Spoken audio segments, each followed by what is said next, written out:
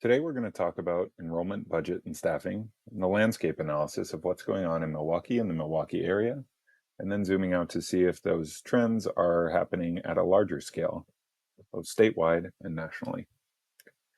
Starting off, we'll look at Milwaukee enrollment overall. The chart on the right is showing that between 2006 and 2024, the total number of students enrolled in Milwaukee schools and education providers within Milwaukee declined by 13%. Within that, MPS enrollment specifically declined by 33%. When you look at the private choice programs and the independent charter schools, you'll notice that they increased. Private choice going up by 90% and independent charter schools growing by 114%, really highlighting the amount of the increase in competition in terms of education providers within in comparison to MPS. Next, we'll dig into the distribution, or sort of the market share of students being educated within Milwaukee. So the chart on the right is showing that between 2008 and 2023, Milwaukee lost a large share of the students that it had previously been serving. In 2008, was serving more than 2/3 of students residing in Milwaukee at 69%. In 2023, that number was down to 55%. Private choice schools nearly doubled their share, going from 16% to 27%, and independent charter schools more than doubled their share, growing from 7 to 15% in that time. The way this trend is going, it is likely that Milwaukee public schools will lose its status as the majority provider in the district in the coming years. Now, when you zoom out and see how this compares to national trends, you'll see that there are some similar goings on. So between the years 2013 and 2022, overall public school district enrollment across the US shrank by almost 2 million students, which was about a 4% decrease. Private school enrollment grew modestly by just over 200,000 students, which was a 4% increase overall. And independent charter school enrollment grew significantly by 1.4 million students, which was a 62% increase. This charter school growth allowed their overall share to increase from 4.5% to nearly 7.5% over that decade time span. It's also important to look at the funding changes that are happening in Milwaukee.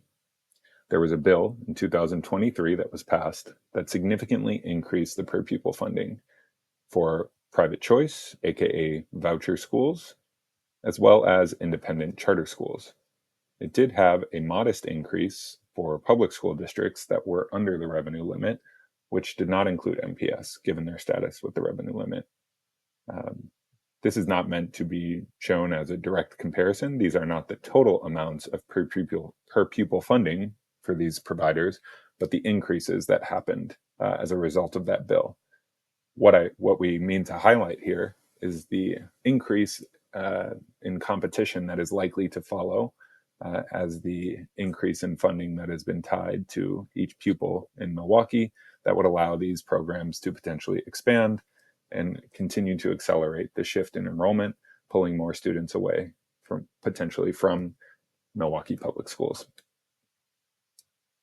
Another important funding change that happened recently is one that you are likely familiar with, the 2024 referendum that was narrowly passed, allowing for an increase of $252 million over 4 years to help avoid or address a budget shortfall that was projected for 2025. So this referendum increased per pupil funding that allowed the district to avoid a projected cut to school budgets and one twice as large to central office service budgets to help maintain the services that were being provided at MPS schools. In the chart below, if you look at the light blue line, you'll see the inflation adjusted budget tracked since 1994. And then following it to 2024, the gray line that is poking out to the right shows that with the approved referendum, it increased the budget to help maintain the services that were being provided. Now, as you dig in to this increase and trying to understand how it shows up, especially from a per pupil funding standpoint, it's important to consider the context within which Milwaukee Public Schools operates. The chart at the bottom is comparing Milwaukee Public Schools among the other 9 largest districts in Wisconsin. And then the chart on the right is comparing it to 10 metro area, metro Milwaukee peer districts in terms of per pupil funding. You'll see that it lands right about in the center of the metro area peers prior to the referendum, and then was on the higher end of the larger districts. It's also important to note that this chart does not capture the referendum that Madison also had approved, so that number would need to be updated as well.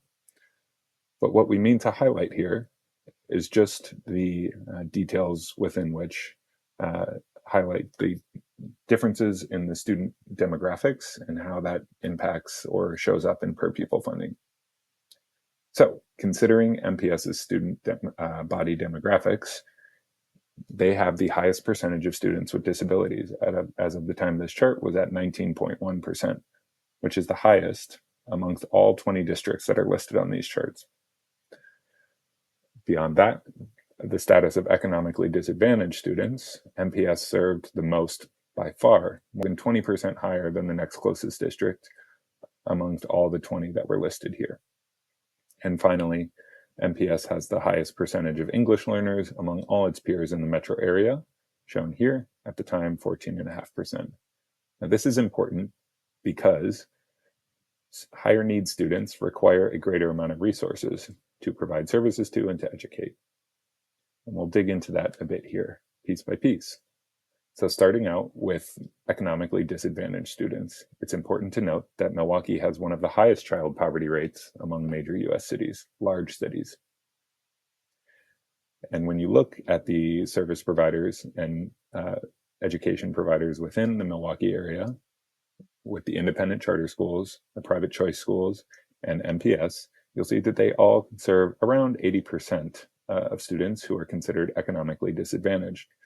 Now, comparing that to statewide averages, you'll see that it's almost or more than twice as high in some instances, with the amount of students that were considered economically disadvantaged at the same time. So really a stark difference there. Shifting to English learners, this chart on the right just shows the significant and growth of the percentage of students who are classified as English learners being serviced and supported by Milwaukee Public Schools and the other education providers in the Milwaukee area. So between the years 2006 and 2023, the share of MPS students who are English learners went up by 133% to 14.2% overall. The share for independent charter students increased even more by 172%. We have limited data on private choice students, but we do know that as of 2023, they were serving about 12.8% total, still a significant number, especially when you compare it to the statewide share, which on average was 6.3% total English learners. So definitely a much higher number here and more specialized staff required to support these students. Finally, moving into students with disabilities. This is where you see a more stark difference with the fellow providers in the Milwaukee area. So the share of MPS students who are classified as students with disabilities is over 20%, which is nearly double what independent charter schools are at, with 11%. Now, there is, again, as I mentioned, limited data on private choice students, but even when you factor in the SNSP program, which is only serving students with disabilities, that overall share would only climb to 3.1%. So a significantly lower amount of students with disabilities who are being supported by private choice schools.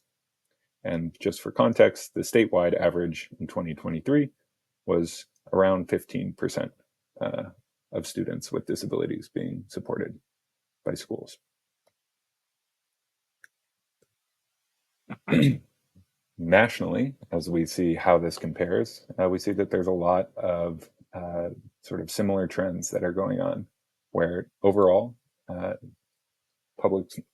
district schools nationwide are experiencing a decrease in enrollment, but spikes in English learner enrollment and special education enrollment. English learners increasing by 7% and students with disabilities going up by 13%. Now, it's important to note that special education is growing pretty much everywhere, with the exception of Michigan. All states reported increases in special education enrollment, and about 80% of states, a little more, reported increases in English learner enrollment increases, to really just highlight the nationwide demographic shift that is going on with students. Now, moving into staffing and what we're seeing district-wide in that regard, there have been recent headlines about some of the MPS staffing vacancies that are being seen across the district and the impacts that they're having on students, especially vulnerable students. Now, filling all these vacancies would almost certainly benefit students and have a positive impact, but it does also heighten the urgency of really addressing the existing financial constraints and knowing that those would only likely grow as the staffing vacancy problem is addressed.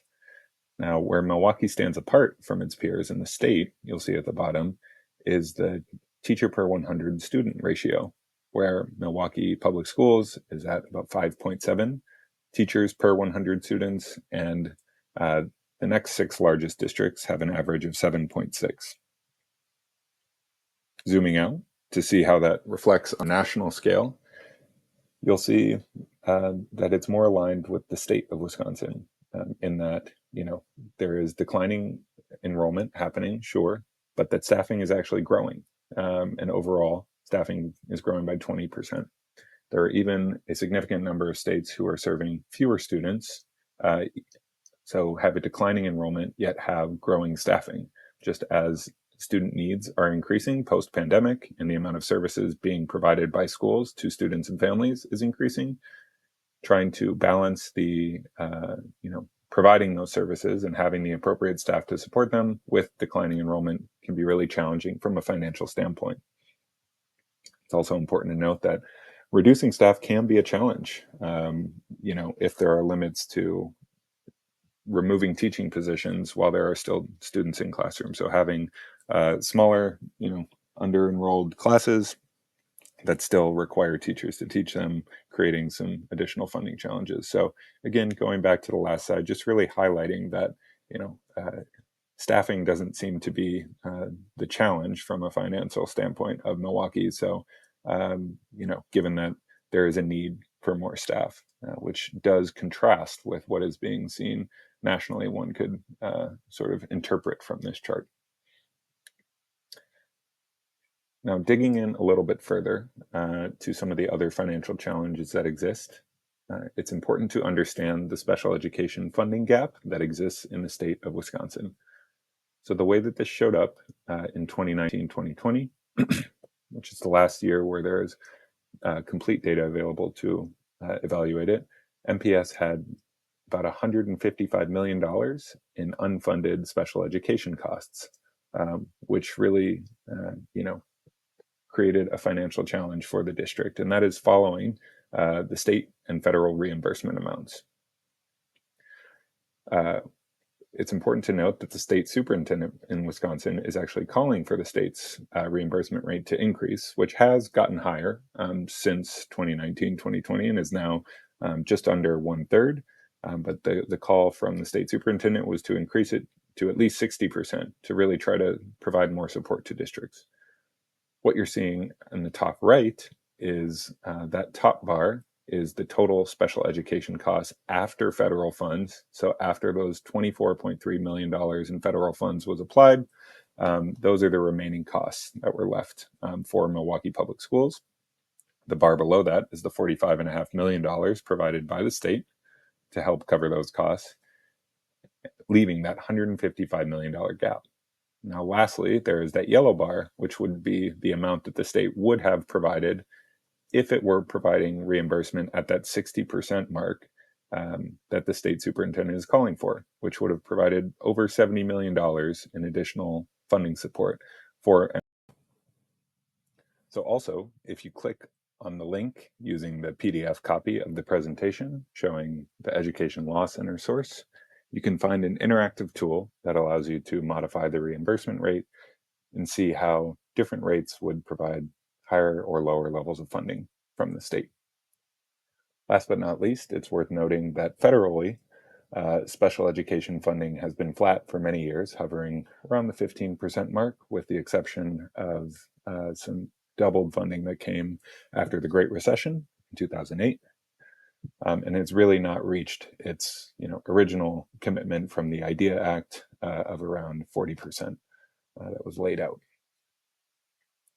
So digging into this a little bit further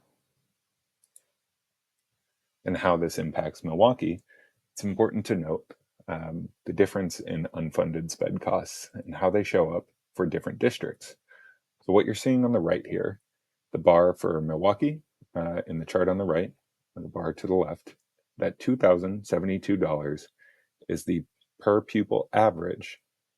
So that $155 million gap in special education funding spread out across all MPS students on a per pupil basis averaged out to $2,072 per student that had to be taken from the general education funding to fill the gap for special education funding that was left from a lack of reimbursement, both federally and statewide.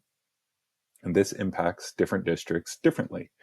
When you consider districts serving more high-need students like MPS, in comparison to other Wisconsin districts like Whitefish Bay.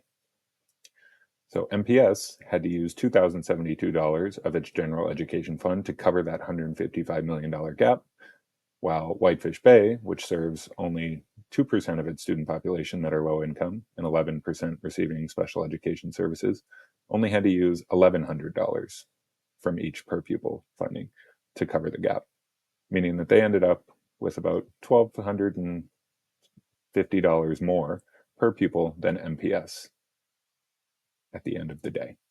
So given the high special education and students with disabilities population that MPS is serving, it has a very strong impact on the general education budget as well. Finally, we'll look at the number of schools in Milwaukee compared to enrollment. So this chart on the right goes from 1994 all the way to 2024. And so over that 30-year time span, that MPS enrollment declined by about 30%. But the number of buildings it was operating only decreased by about 4%, really limiting the potential for any cost savings as the number of students, the average number of students within each building continued to decline as well. So a similar amount of buildings supporting far fewer students, leading to a record low in the average number of students per MPS building in 2024. It's also worth pointing out that in the Milwaukee area, independent charter and private choice schools are now outnumbering MPS overall, as they have a combined 151 locations, though it's important to note that only 105 of these are within the city limits. Now, when we zoom out and look at this nationally, we'll see that these trends are really similar to what's going on nationwide. So over a 10-year span there, from 2013 to 2022, there was a significant decline in public school enrollment, as well as school closures being at their lowest point in a decade. So very few schools closing, but fewer and fewer students enrolling at district schools. It's important to note that even in the year 2022, there were almost 1,500 more public schools, district public schools operating than there were 10 years prior in 2013, even though enrollment was going down. This sort of comparison, juxtaposition of data would really highlight the potential forecast for closures that are already happening nationwide and are likely going to accelerate with the growing financial pressures that are coming to districts with ESSER funding running out and some of the federal funding challenges that seem to be on the horizon as well.